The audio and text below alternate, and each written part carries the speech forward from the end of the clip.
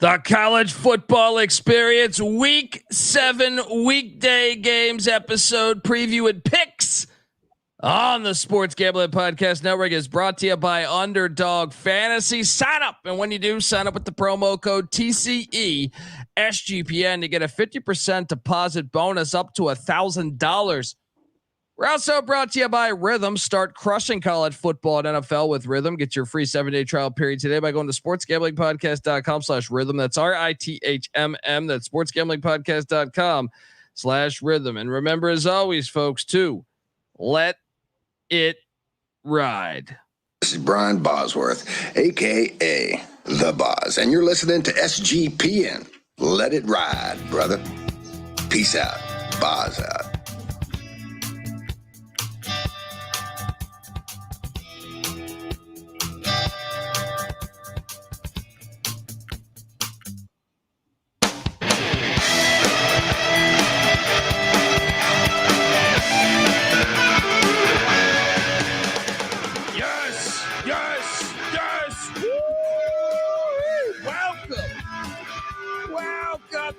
College football experience, week 7 weekday games preview and picks. If you remember, a year ago we were dropping this episode once October started, which if you didn't know, it did start, folks. This whole month of October, this is a real thing, and it is live and everything. And that means CUSA Football Conference USA hitting you with Tuesday, Wednesday games. We got Sunbelt games on Thursday. We got just a slew of weekday college football games. 11 games on the basically Tuesday through Friday, 11 games. It's absolutely fantastic.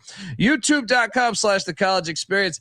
Get on over there, folks. And hit that like and subscribe button as we continue on this journey. If you're wondering who the hell you're listening to, my name is Colby Swigga, Database Dan, aka Pick Dundee. That's not a pick. This is a pick. He was raised in the land down under, where a man thinks on his feet, speaks with his fists, and lives by his wits. When Dundee happened, he was a superstar. Nobody knows nothing. Somebody knows. Double the price, but no one touches Dundee. Oh yeah, just freshly back from Tempe. Sun Devil Stadium, a real stadium, not that toaster oven bullshit they got there in Scottsdale or Glendale where the Arizona Cardinals play. That's not where Buddy Ryan coached, damn it. He coached at Sun Devil Stadium, all right? Great game we went to. That was perfect for college football right there. If you didn't get a chance, Kansas, Arizona State came down to the final play of the game in Tempe there. I am joined by my co-host. Give it up for former JMU Duke defensive back, the burrito eating, sideline kiss stealing, wheeling and dealing, Patty C in the place to be. Hi-oh. Let's get it going, buddy. Let's get it going. People enjoyed the Hungover Sunday show. Appreciate you, Chad G. All right. Nothing like drinking for 12 hours in your 40s. It shit hits a little harder the next day. We're also joined by third man in the booth, the DFS god himself. Come make sure you check out our DFS episodes each and every week. NC Nick's been climbing the ladder over here, but give it up for the rooftop IPA drinking, homebrew making, tobacco road living, the free lock giving, former Herndon basketball league MVP. Give it up for NC Nick in the place to be. There we go. What's going on, guys? I mean, Pavia,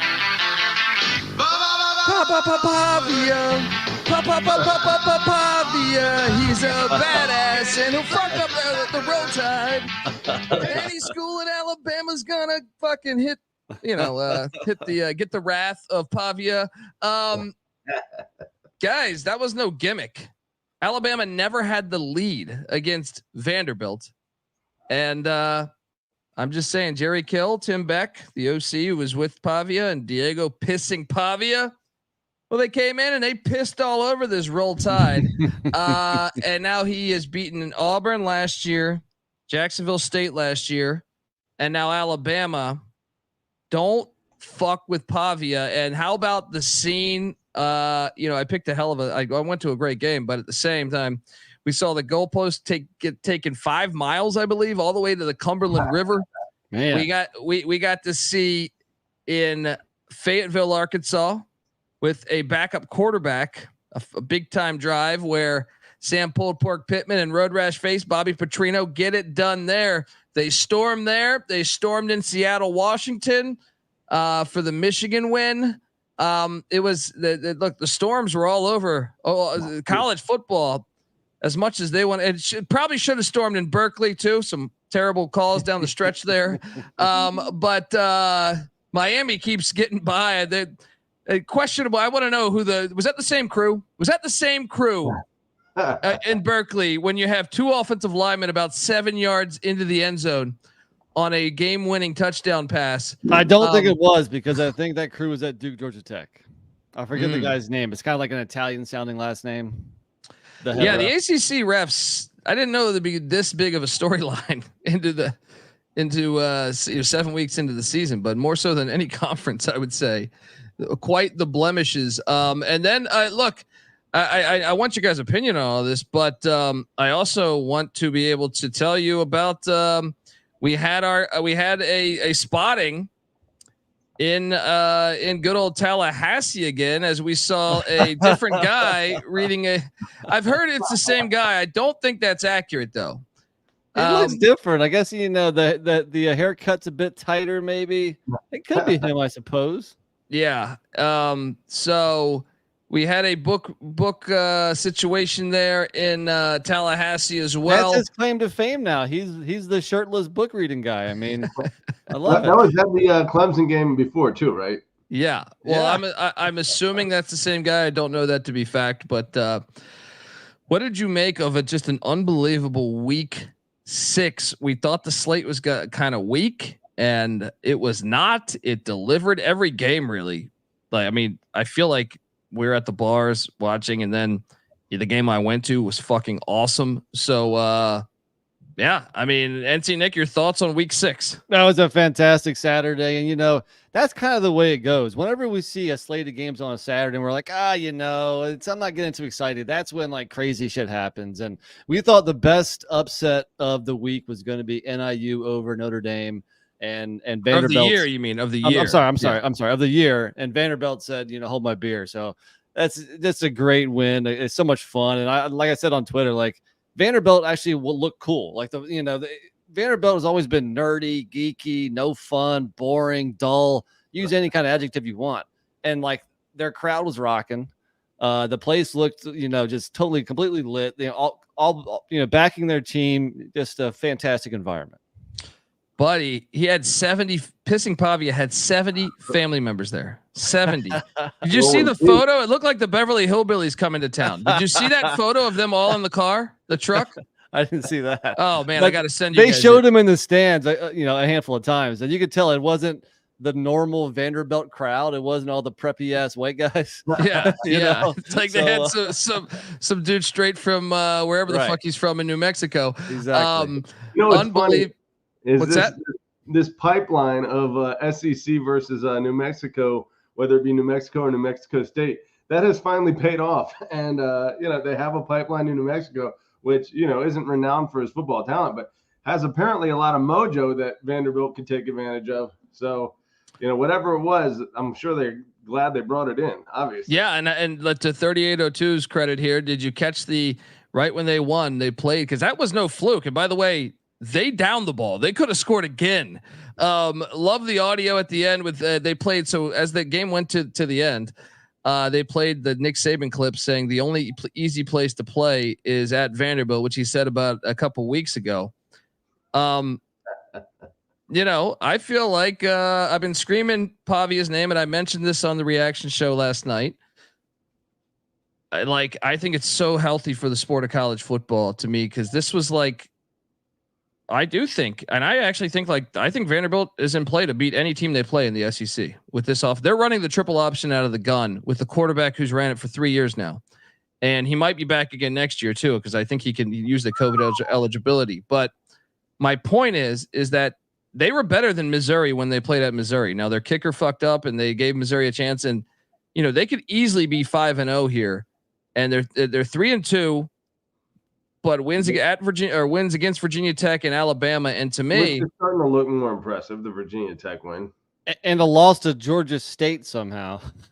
Yeah. And I mean, that was one where Pavia battled them back, took the lead, and then they blew a busted coverage late. But my point is that I think it's just great to see. Like, I think this is going to be an issue for every single team in the SEC. Now, obviously, it's a huge letdown spot this week as they had to Commonwealth Stadium to take on Kentucky. But I wanted to talk about that because I was all ready to fade Vanderbilt, but then I see they're getting 2 touchdowns against Kentucky. I'm like, well, shit. I mean, that's a lot of points. I thought that spread was going to be 10 at the most or single digits after beating Bama.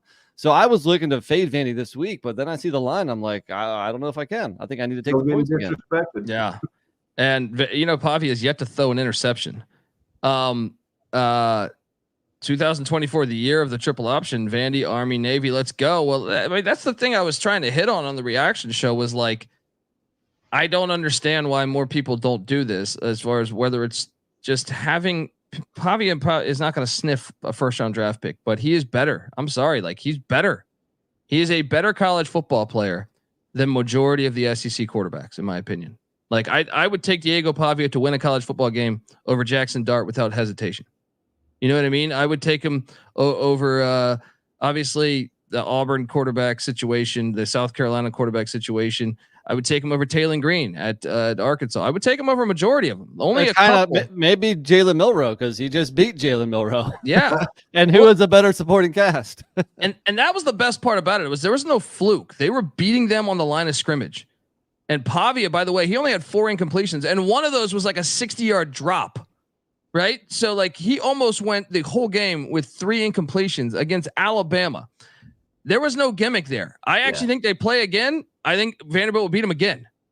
I don't think that was just a one thing. Like, to me, I'm saying if they played like tomorrow morning, the very next morning, over a whole season, who knows, right? Like, you can make adjustments, you can get players better, but I'm saying they couldn't stop that offense. And to me, that was no fluke. They were just putting it to them.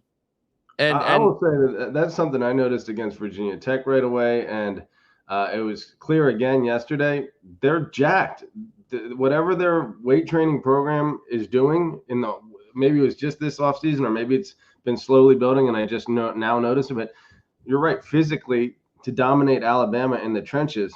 DeBoer is bringing a more obviously a high octane system, and so it's not so oriented toward the trenches. But Alabama's been throwing the ball around for a few years. It's not like, I still think Alabama obviously has like premier horses in the interior, but looks like Vandy was able to keep up now. Well, to me, like, it's contagious. You have a quarterback that will tell the other team's defensive tackle or linebacker to fuck off.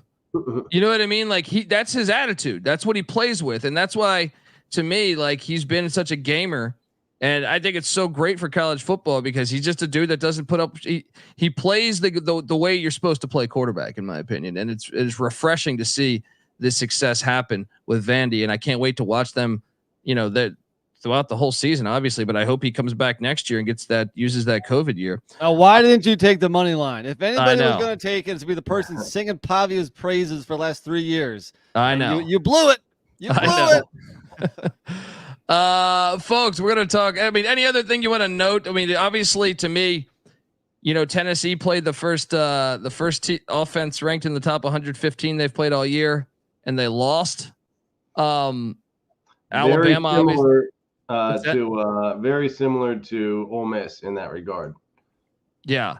Well, for me, it's looking at the SEC, and there's only one team undefeated left in the SEC, and we're going into week 7. That has to be a record. I feel like most years at this point, midway through the season, or not even quite midway, there's like 3 or 4 or more. So Texas is the only team undefeated left in the SEC. We'll see how long that goes. Don't they have Georgia coming to town pretty soon? Well, not only that, they have to go to Vanderbilt. Oh, that's right. Back-to-back games. Watch so out. Not only do you have the Red River shootout, then that follows up by Georgia, then at Vandy. And we know they finish up at A&M too. So it's not like Texas is going to finish the year undefeated. So it's been a topsy-turvy, crazy college football season so far, and we're just getting started. Yeah, and we also saw ULM. UL fucking M. Brian Vincent, the guy that UAB fired, or basically said, no, you're not our interim coach. We're going to go out and get Trent Dilfer. Has got ULM to their best start since fucking Stan Humphries, right? and meanwhile, Trent Dilfer, the modern game does not impress me when you let Tulane score 71 in your home stadium. And they could have gone for a lot more than that. Unbelievable stuff. Anyway, folks, we're gonna get to we got 11 weekday games. Some props. NC Nick's been killing it on the ladder front. Him and the bet detective definitely been hanging out. I'm sure they're doing virtual happy hours. But look, what I tell you that look, just because we're a little bit more removed from Hurricane Helene, that doesn't stop the damage and the devastation that happened there in Western North Carolina. A lot of people lost their houses, their jobs, their family members, their pets, everything. SGPN is teaming up with a local charity there, mountainprojects.org, to help give back. It took us a while, but we found out we wanted to make sure we went to a place where we knew the money would actually be getting directly to the people. And that's why we got to team up with the great mountainprojects.org. The biggest donation will get a guest spot on the College Football Pick Show and a ton of gear. So please go to mountainprojects.org and hit flood support. Help out today, even if it's only a few bucks, folks. Please, if you can, get on over there. These are our people. We got to take care of them. You'd want the same if the roles were reversed. So please get on over there. Mountainprojects.org. Hit flood support to help out today. All right, we are back. We have 11 games. And shout out to the great Terrell Furman Jr. in the chat. Say, like the video, people. What are we doing?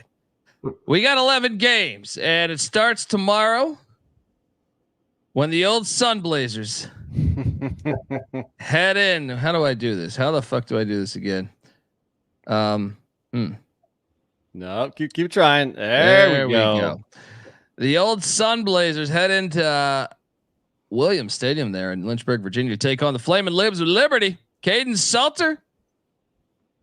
He's been solid this year, but they haven't looked as good as a year ago, if we're being completely honest. But they are undefeated, and they are a threat to get to the 12-team invitational. But meanwhile, Mike McIntyre and the folks down there at Pitbull Stadium, the Sunblazers of Florida International, they're 2-3 now. They had a little bit of heartbreak hotel 2 weeks ago as Monmouth basically benefited off of the Ernest Biner fumble here as FIU was going in for the win in overtime and got stripped as they were going into the end zone. And Monmouth was able to pull out the win there. If not, they'd be 3-2. No, they're 2-3. And one of their losses was to the only bowl eligible team in America right now, the by God #1 Indiana Hoosiers.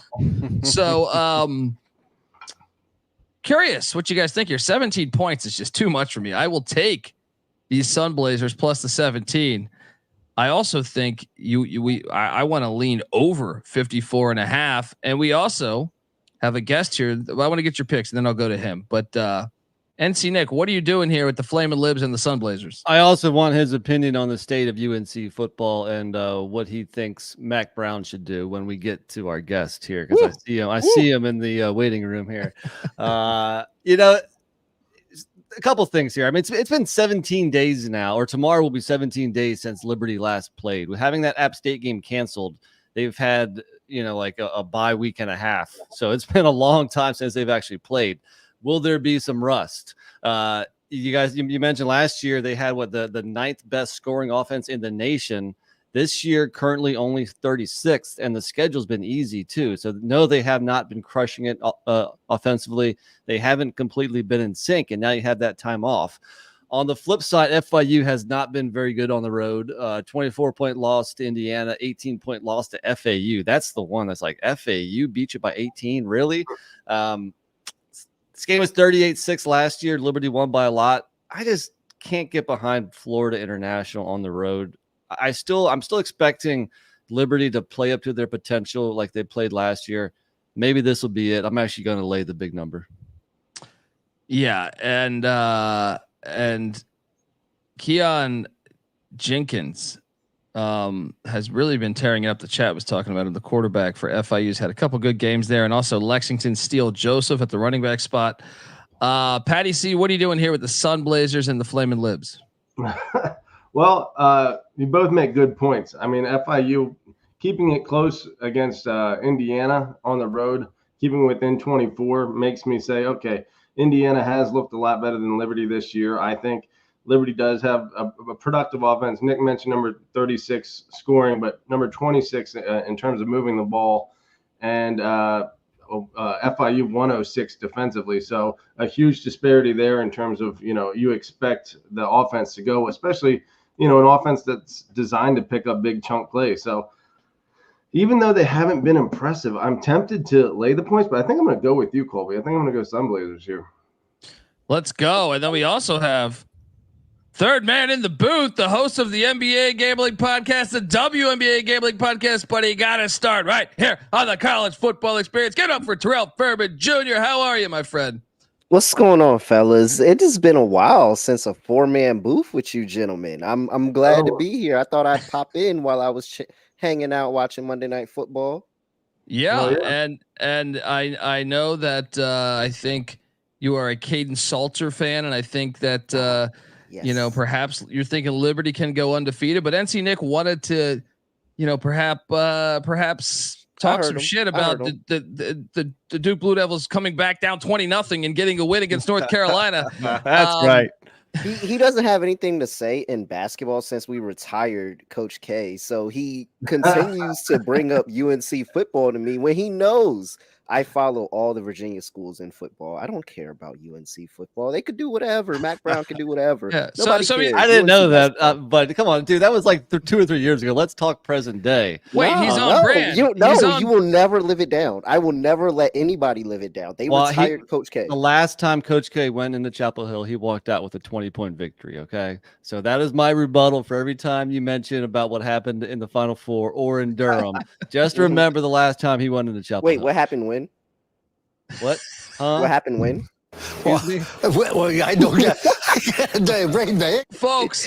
For more on that, check out the College Basketball Experience, which later tonight we're going to have the Big East Conference preview. So please jump on over there. Let's go. Terrell, what are you doing in this game specifically, though, with the 17 points or maybe the over under? Yeah. So the thing here about Liberty is they haven't played since the 21st.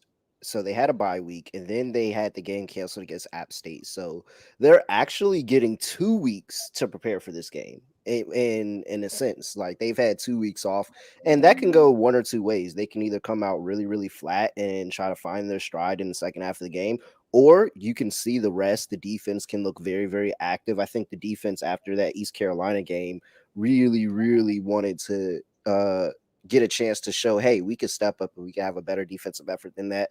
And so I think it's going to be the latter. I think that this Liberty team gets up. They absolutely stormroll this team from the opening tip all the way through the fourth quarter, and it gets really, really ugly. I'm going to lay the 17 with Liberty, but of course you knew I was doing that. Hey, Salters is the guy.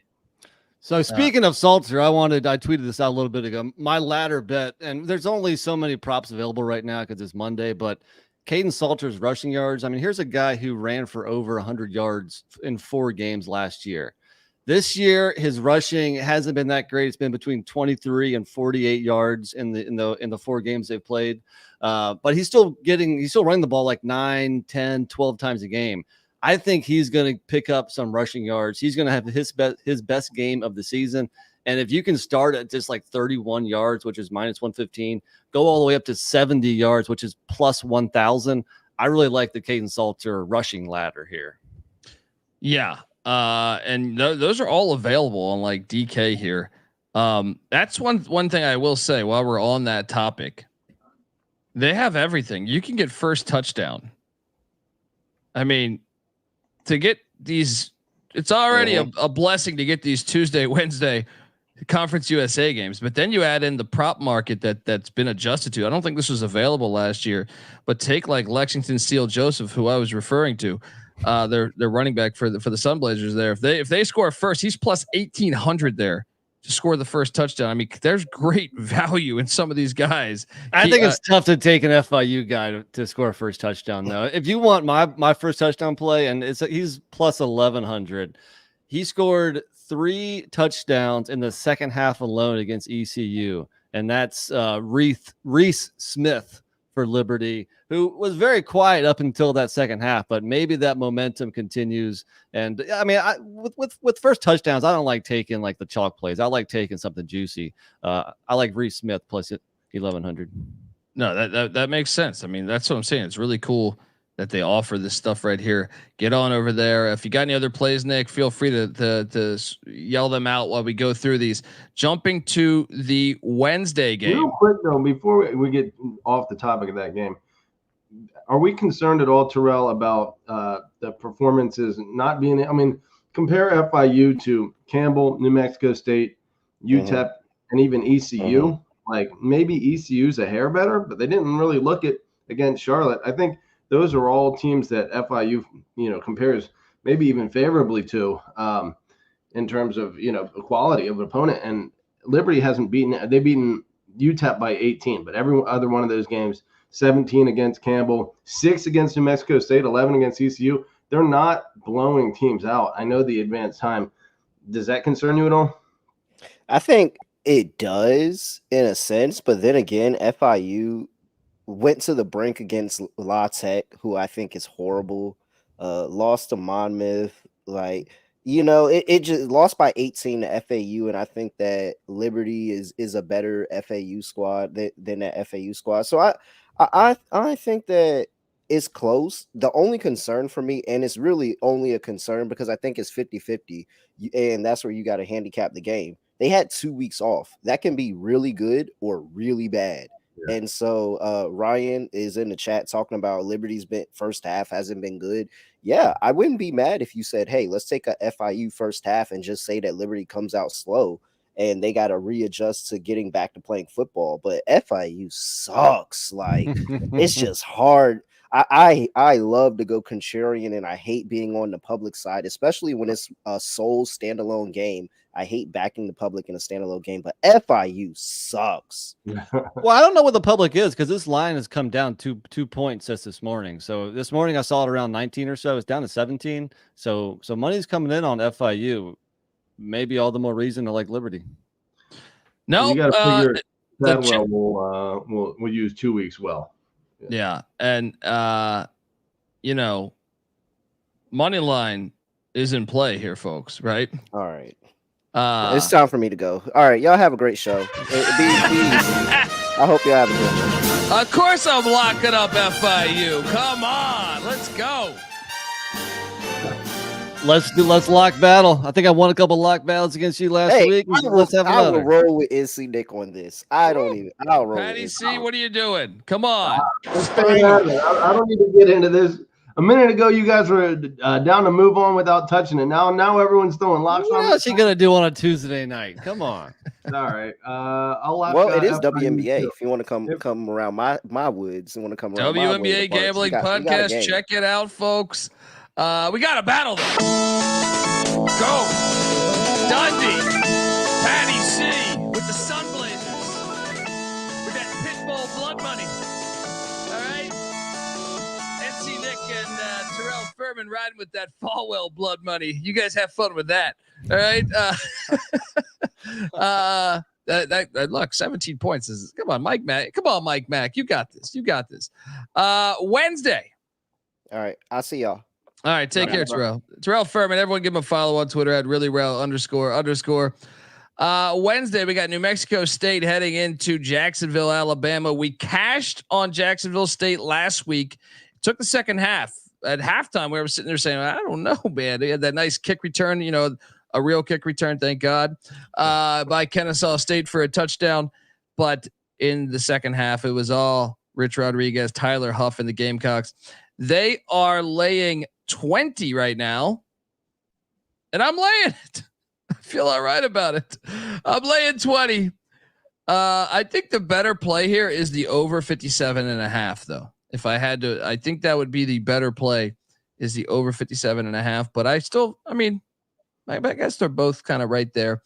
NC Nick, what are you doing here in Jacksonville, Alabama, Wednesday night? Yeah, it's really hard to get behind New Mexico State right now, especially New Mexico State on the road against a red hot Jacksonville State squad.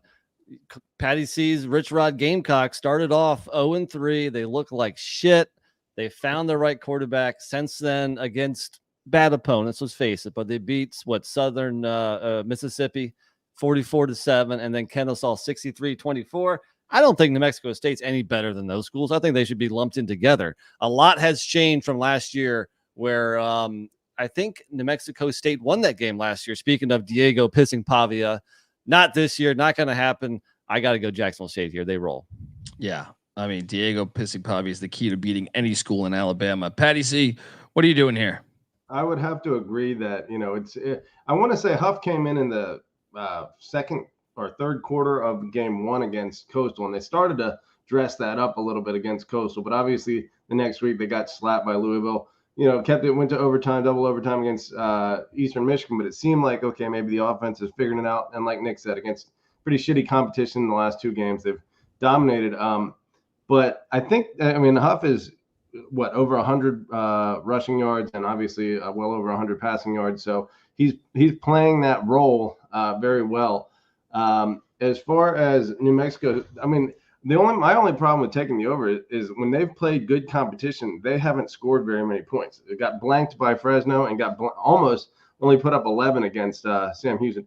I need is 11. All I need is 11 because Jacksonville State's getting 50, 49, something like that. Yeah, you're probably right.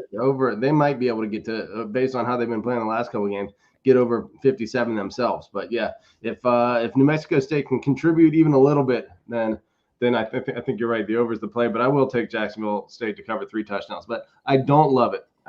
One more stat here. New Mexico just ran for 330 plus yards on New Mexico State, and Jacksonville State with Huff and then with Trey Stewart at running back, they're a very good rushing offense. They should have a field day on these Aggies here. Yeah. When you have two lay weapons, the 20.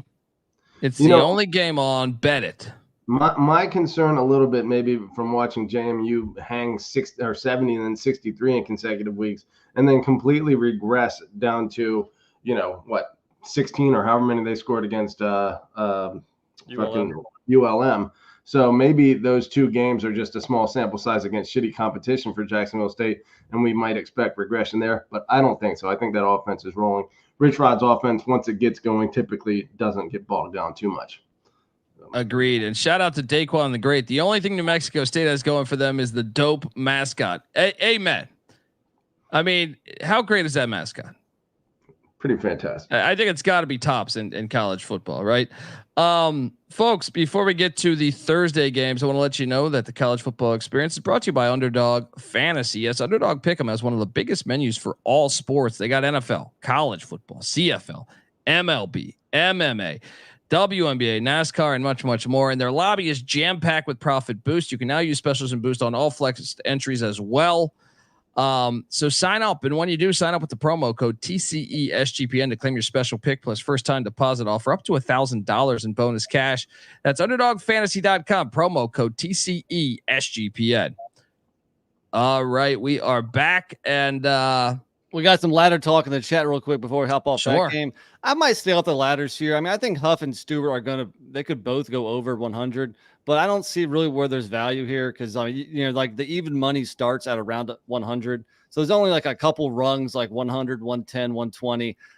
I don't see a great value there, even though they probably will hit because, like I said, that New Mexico State run defense is awful, and the quarterback and running back for Jacksonville State have just been crushing it. Yeah. Let's talk about this game here going on Thursday night, a little Sunbelt Classic. Coastal Carolina and the James Madison Duke square it off in Harrisonburg, Virginia, in a series that goes back to 2005. JMU is laying 9.5 points.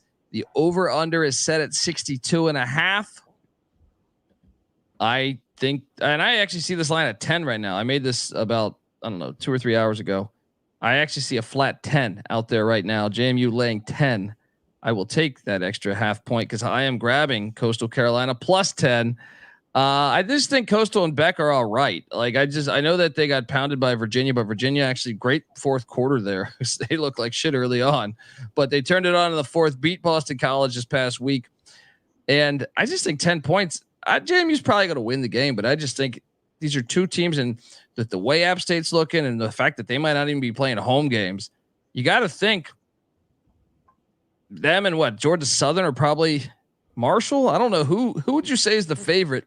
I think the winner of this game will probably have the inside track. I think you're probably right on winning the Sun Belt East.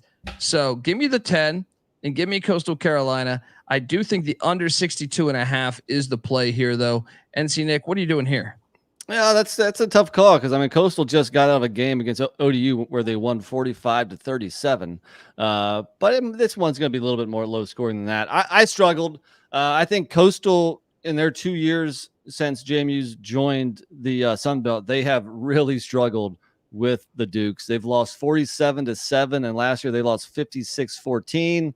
JMU coming home after the loss, and if you look at that ULM game, you know the yardage battle, they won 400 to 250.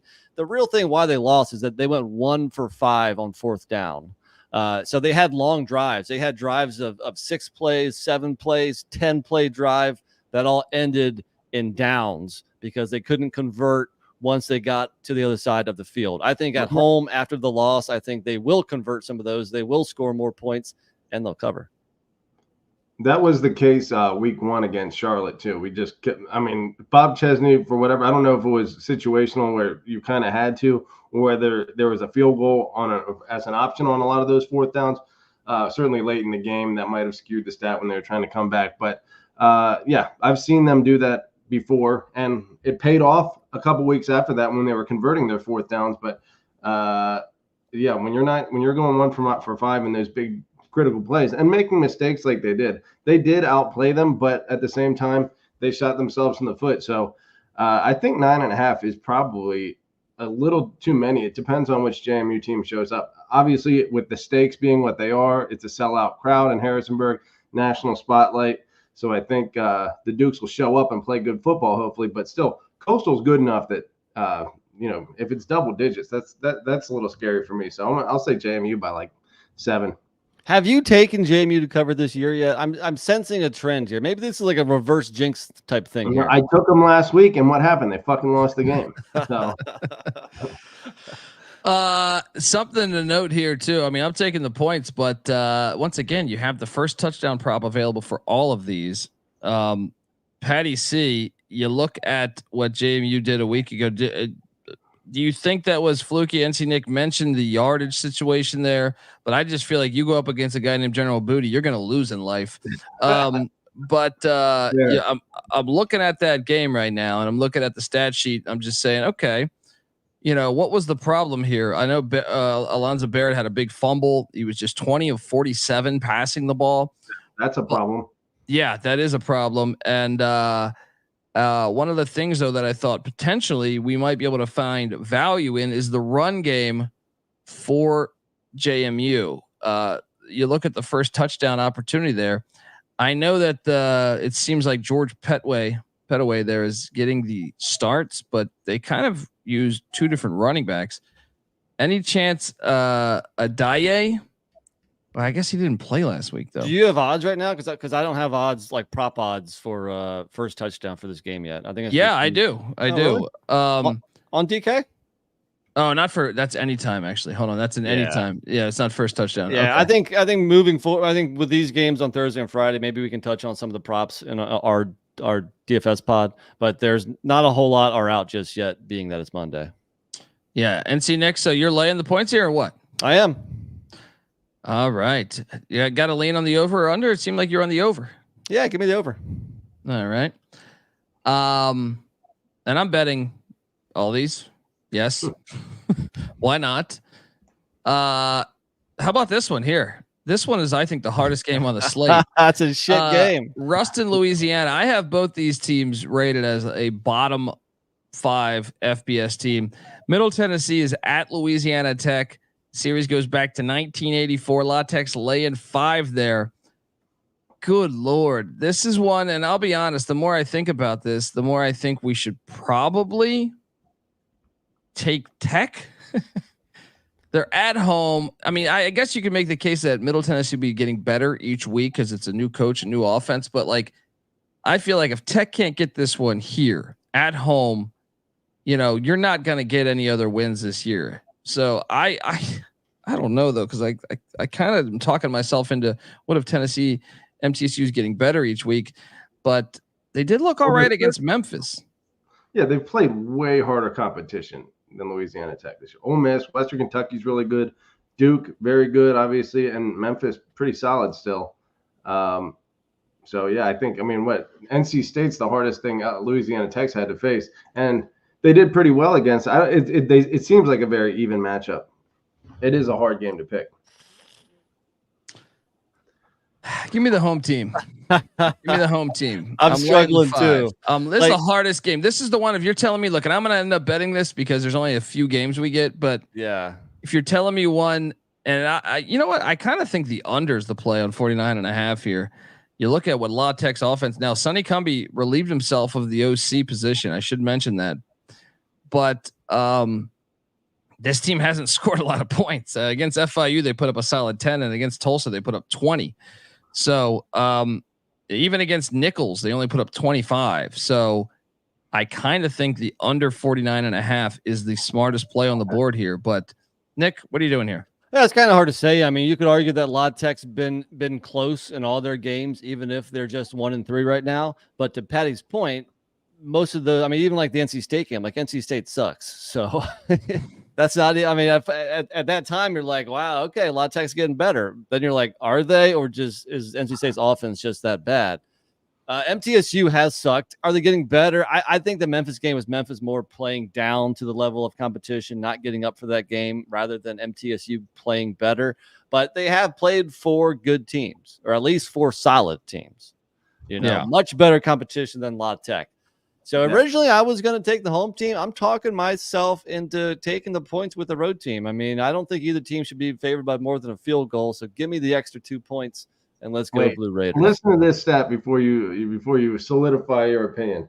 I know the level of competition is a major factor here, but offensively 102 and 116 in Middle Tennessee's favor, but both terrible offenses. But Middle Tennessee defense 128, Louisiana Tech defense actually number 24 nationally. Again, playing mostly terrible competition, so that has a massive impact on those stats. But I don't know. I think I got a Louisiana Tech lean here too, and maybe it's listening to Colby talk about how terrible Middle Tennessee is all off season. Oh, both are horrible. Both are horrible. At least we've seen Nick Vadiato, Middle Tennessee's quarterback, play good football in the past.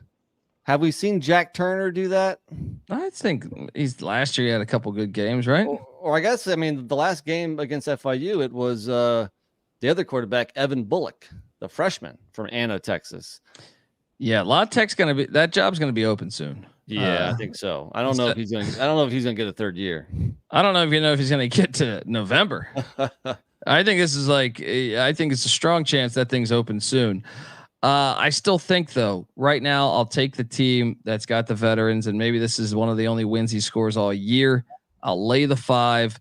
The chat, shout out to they're asking about Dakotas Crawford. What happened? I don't know. He hasn't been on the field at La Tech. Maybe he got kicked off the team. I have no idea. Maybe he's redshirting. But maybe he's not very good at football. Yeah, he was a pretty decent recruit at the time, I thought, but you never know. Also, Thursday night we get this. And did you see the Hilltoppers helmets last week? How fire were those helmets? And shout out to Daquan. I agree. But this one fun as in this one, the line has stayed the same. So relieved to see that.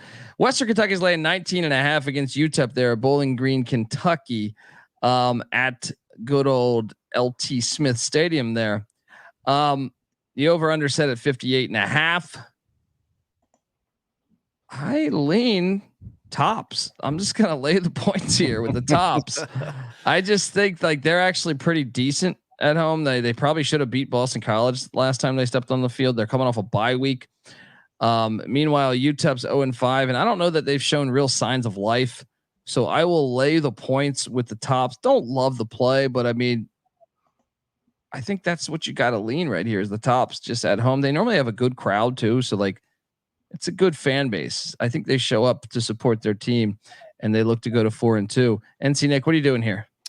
Yeah, this is my least favorite of the big spreads Tuesday through Thursday. I'm going to go UTEP, I think. I've been kind of fading Western Kentucky this year, and I mean, they've actually looked better than I thought, especially that Toledo win was a good win. But UTEP has an 18-point loss to Liberty, a 10-point loss to Colorado State. They were playing Sam Houston State pretty close, at least through the first half. I think the third quarter things started getting away from them. I just feel like UTEP maybe backdoors this. They can keep it 34-17 type game or something. They don't really threaten. They don't compete to actually win the game, but I want to have them covering. Patty C, what are you doing here with the Tops? It is a lot of points, but I have been impressed by Western Kentucky. Like you said, had they beaten Boston College, they'd be off to a great start here. But their offense continues to go. And then UTEP, coming off what probably was a bit of a body blow. Sam Houston is a physical football team. So, and then Western Kentucky has the bye. I don't know. It's still a lot of points. I'll lean Western Kentucky, but I don't have a great feel for that game.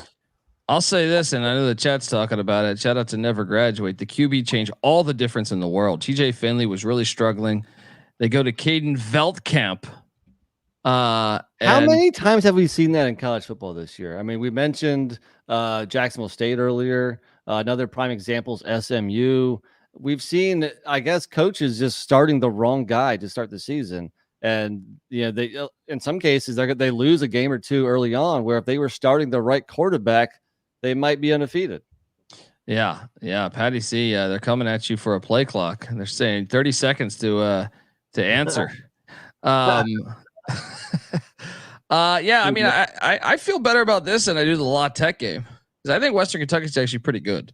Well, I said this was my least favorite of the big spreads. Oh, so I got you. I definitely I feel a lot better with Liberty and Jacksonville State covering than either one of these teams covering, even though I went with the dog here.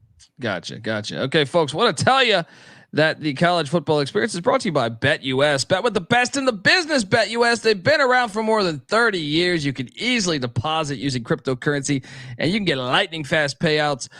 Sign up and deposit $100 if you do that, you have a chance to win a 1960 Ford Mustang.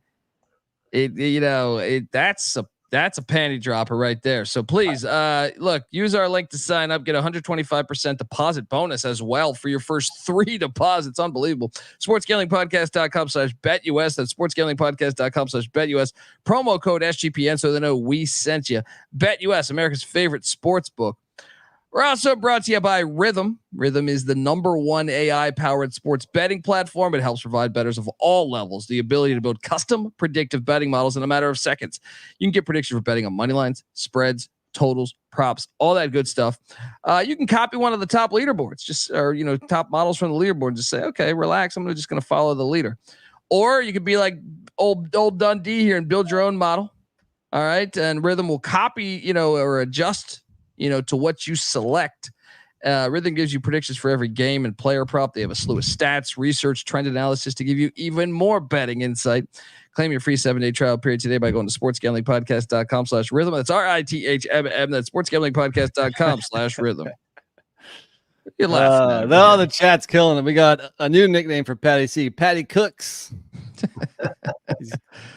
I think Tranny Patty or Patty. What was it again? Was it Tranny Patty? Trans Patty. Trans Patty. Yeah, that's my favorite one. That stands for transitive Patty. Okay. Yeah.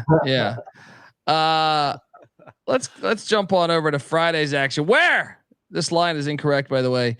All these FCS lines, but Harvard hit for me last week. Patty C, take your CAA and stick it up your ass because Harvard got it done. And look, they're taking on Cornell in a series that goes back to 1890.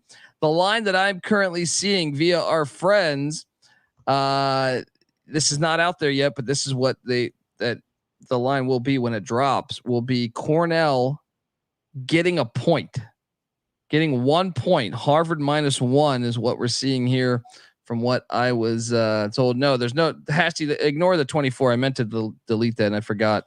And the same for the next FCS game that I do in a couple minutes here. It's Ithaca. NC Nick, your favorite places. We got a classic Nor'easterner for you, Nick.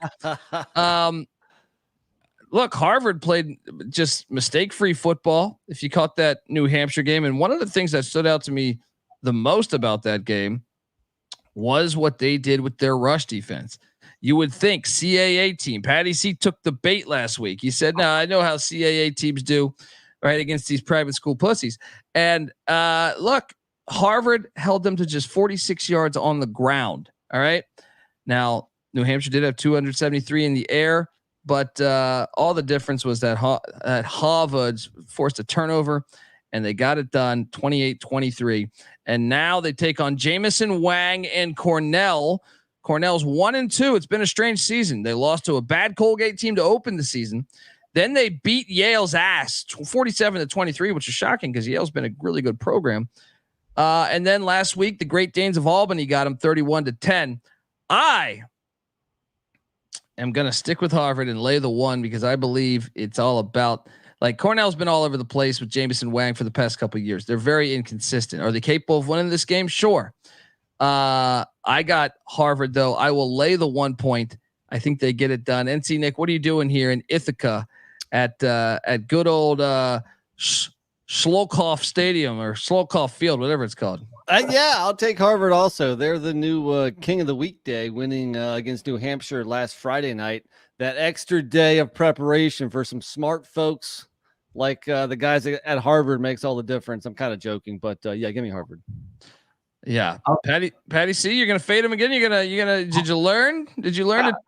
Yeah, playing the road game has been tough for Harvard. I mean, they're 0-1. They're 2-0 at home. So maybe that ancient Coliseum they have there in Boston is good for winning. But going to Schlokoff, I don't know. I Schlokoff, think, great stadium too, man. I'm telling you, these Ivy stadiums are fucking fire. Go look at those stadiums.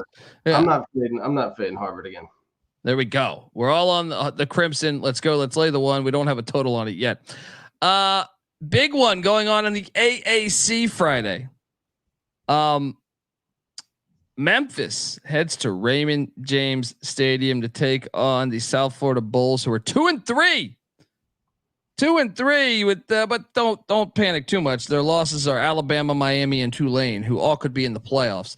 But still, they are home dogs, catching 7, plus 225 on the money line. The total at 59.5. You got Ryan Silverchest, who's 4-1. The lone loss being to the Navy midshipmen, who are undefeated. 7 points. I'm all over South Florida plus the 7. They played last year in a wild one. Now, technically Memphis would have covered, but it was 59-50. So the over, unless there is that hurricane that could be hitting the Florida area. So pay attention to this. Somebody just said it was canceled. Somebody in the chat saying it's canceled. If so, is that when did that happen? Is that official? Does anyone know if that's official? Anyway, pay attention to that. Twitter will probably tell us here. Colby, who were you going to pick? I was going to take South Florida. I just think that it's too many points in the fact they're at home. Now, if it is raining, I would say that that might be that might favor. I think Memphis is better along the line of scrimmage than South Florida, so that could be a factor there. But if it's not if it's even if it was just sprinkling, I feel like I would feel decent about the cover here. Patty C, how about you? I feel like Memphis is pretty balanced, but I think South Florida, becomes explosive when they play a team like this. Still a 1-4 team that's gotten slapped around a couple times, and a 4-1 team coming to visit them. I'm surprised that you think 7 is a huge number here. Look at who South Florida has played, though. I mean, Alabama, Miami, and Tulane, maybe the best G5 team. Yeah, I mean, they played a ball buster schedule, no doubt. But their wins are Bethune-Cookman and Southern Miss. So they've either played incredibly terrible teams or incredibly good teams, and they've either gotten smacked or they've dominated. So tough to take away a lot from that. Well, name the good team that Memphis has beat. Florida State, you can't say is good, but they did. Who did Florida State? But Florida State beat Cal. Cal almost beat Miami. So I don't think Florida State. There's Strands Patty coming out. Hey, this is how that you was a nice fucking tuck judge job. football That was a teams. great tuck job right there. You guys are fucking idiots if I can't give credit to Memphis for beating Florida State and Florida State having a decent win on their schedule. So still a solid win from Memphis, but let's not pretend like Florida State's any good this year. it wasn't a great win, yeah. But I will say that that Memphis's whole body of work is much more impressive than South Florida's to this point, I would say. I mean, there's not a whole lot to work with on either side, but yeah, I'll say Memphis covers just because I don't believe in South Florida yet. But I will take the points. It's about time we have a home dog on this slate. This is a fun game. This is arguably two of the better teams in the AAC. Does South Florida belong in that conversation, even if they're just 2-3 right now? We'll see. This game will go a long way in telling us that, but I like taking the home dog here. Yeah. Sorry, I was just catching Diego Pavia talk more shit about Alabama. He says they were talking crazy during the coin toss, calling me an FCS guy. So, even better, even better. Yeah, hopefully that game happens. Look, here's my thing. Don't just cancel the game. If they're going to do this, move it to Sunday, move it to Monday. We can do Monday night in Memphis, South Florida, or move it to Tuesday or Wednesday. Make it happen though. Make it happen. Don't cancel this game because it might really mean something for the AAC championship. Yeah, for sure. Yeah. Moving along, we got a Nick. They say this is a classic Northeasterner. Your rating on this game? Maryland's not the Northeast. Come on, that's a Mid-Atlantic, buddy. Well, I'm just saying. I would consider Maryland Northeastern, and then Northwestern being called Northwestern. It fits for a Northeasterner here. Maryland's laying 10 in College Park. There's this record. Man, I should have done a deep dive on. I'll have this by tomorrow on Loxley's record against. Well, I guess they don't have a winning record, but against Big Ten teams with a winning record, as Northwestern is 2-3 currently. And I'm seeing this right now, actually a 10.5. I struggled with this one. Northwestern won last season 33-27. I guess give me the points. I never trust Maryland. I don't feel good about this though. I think the better play here is probably the over 44.5. Colby's becoming a real totals guy. Notice that, Patty? Well, these weekday games, you're just searching, buddy. All right, on a Saturday, you won't hear me mention this shit, right? You're looking for the edge here, but give me the 10.5. I thought Northwestern played Indiana pretty close for about 3 quarters last week, and a lot of that is because of quarterback Jack Lausch. If you recall, I was talking shit about that game he had at Washington where he was awful. Well, they had a bye week, but before the Indiana game, he comes out, he completes over 60% of his passes against IU, 250 yards, 2 touchdowns, 0 interceptions. I kind of like what I saw there, and never laid double digits with Loxley. So give me Northwestern. Let's go. And are you guys impressed? I see everyone tweeting out on my Twitter feed that these teams are all horrible against the spread and they're losing outright on the Pacific time zone and the Eastern time zone. And I said, well, this data was all available for the past 30 years, not surprised at all by this, but anyway, give me Northwestern in the points. Patty, what are you doing here? I just think, you're probably right. It's too many points. Here's some training stats for you. Both played Indiana and within the past 2 weeks, Maryland lost by 17, Maryland lost by 14. Northwestern lost by 17. So pretty comparable performances there. Again, Duke and UVA, I feel like are probably 2 pretty evenly matched programs. And they had comparable performances against. Actually, Maryland pulled away from UVA. So I would say Maryland is the better team. I expect them to win it. It's just I'm with Nick. Loxley, probably too many points going into double digits there. Nice. Thought you were going to do a tuck job there, but you got it done. Maryland. So all 3 of us on Northwestern in the points. Is the money line worth the sprinkle? That's plus 300. It is. Sure, it is for sure. Yeah. It's definitely worth a sprinkle there. Later Friday night, we get UNLV, Utah State, man. UNLV Syracuse decided by a terrible roughing the passer. That game might have still been going on. How many dropped interceptions did UNLV have there on that final drive? This series goes, it was a lot. This series goes back to 1971. And it's one that probably won't be played nearly as often because Utah State joining the Pac-8 and UNLV staying with the Mountain West. Ken, Nate Drilling, it looks like he's, 1-4. How are you going to get Utah State to a bowl? It's just not looking good.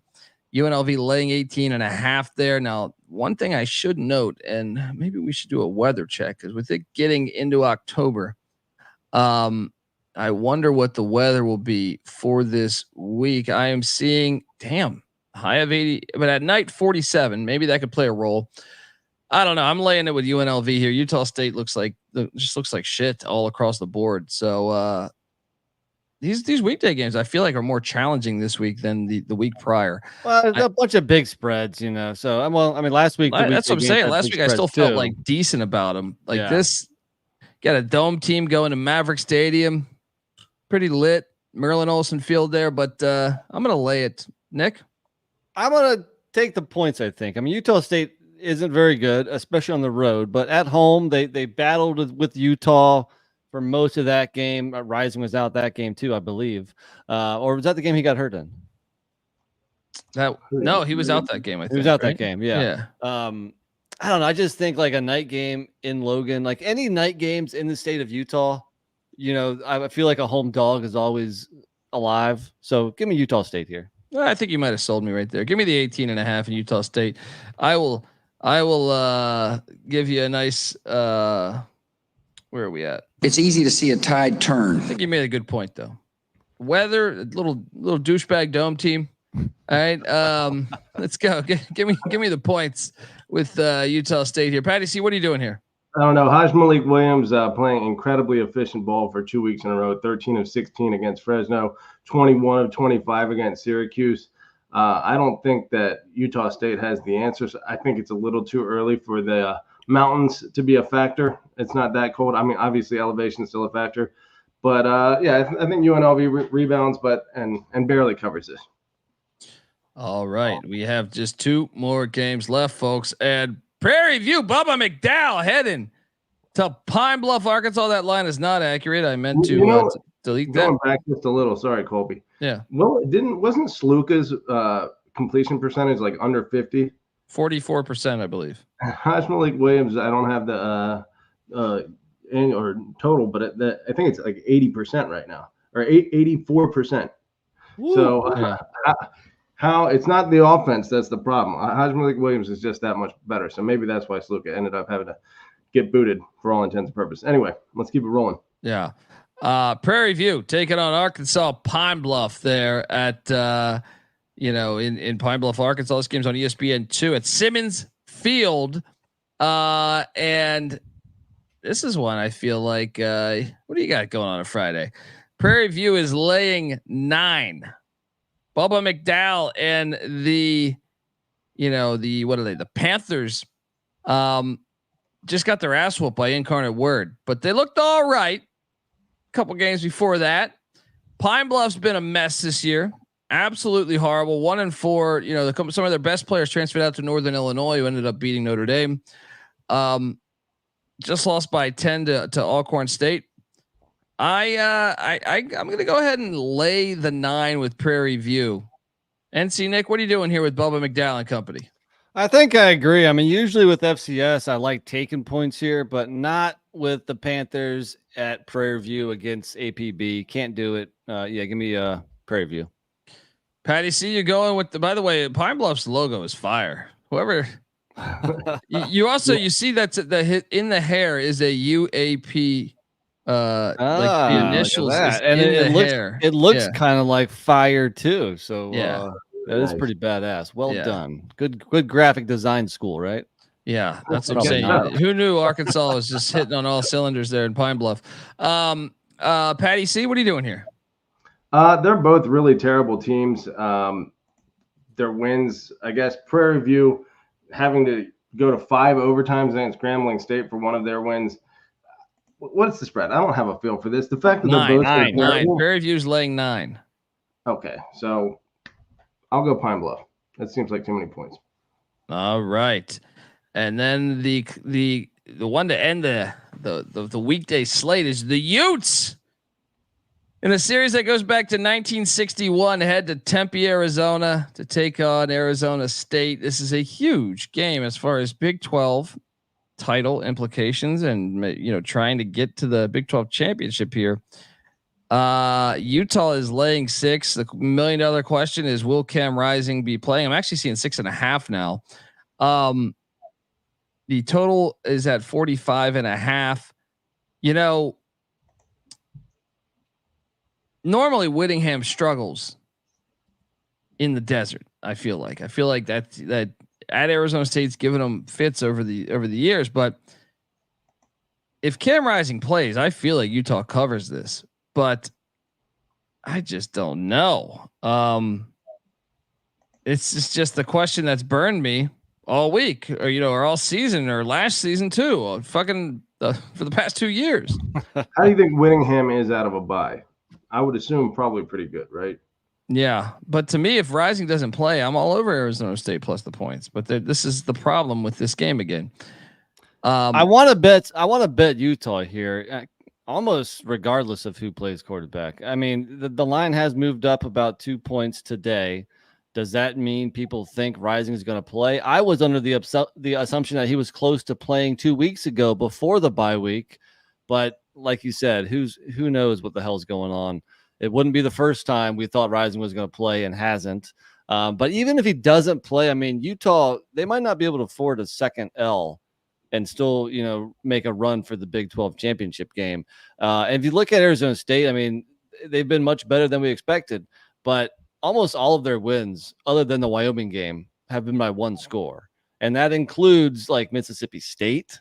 So I think Utah, after a bye, regardless of who's quarterback, I think that they come and they're fucking serious here. They need this, and they're going to win and cover regardless. So I'll lock it up. And if Rising plays, even better. I'm with you too. I'm locking it up. I just think Arizona State, they've been having a great season, but this is when Whittingham, they're in the more desperate spot here. So give me Utah minus the points. Patty C, what are you doing here? I think I'm actually going the other direction with this. I think Utah's competition hasn't been great. They squeaked by Oklahoma State. They ended up obviously losing to Arizona, beating Baylor by 11 rather. Not that impressive. Baylor's looked like trash. And then Arizona State, their only loss being to Texas Tech, who's having a great season, and they could have won that game. They were playing them pretty well, or pretty closely. So if Arizona State's sitting at 6-0, especially Utah going to the desert, I think Arizona State money line play is obviously an option here. Oh, I like it. Patty C taking the Sun Devils on the money line, perhaps. Let's do that. Let's end out this. Those are all the weekday games. We got 11 of those things. Should we do a lock and a dog real quick? Lock and a dog. I think my lock just turned into, let me just quickly scatter through this and make sure. See, with that game not happening, I mean, I think that would be the dog.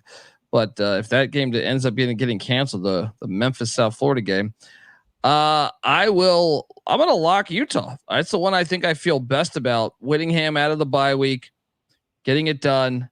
That would be my play for my lock. Nick, what are you locking? I like it, but give me Jacksonville State as my lock, and my dog will be Northwestern. That's a good point. The dog. I think the dog to me is going to be, Utah State. Give me Coastal. Ooh. Coastal. Let's go. Patty C, lock and dog. What do you got? I'll lock up. We locked Liberty off the top, did we not?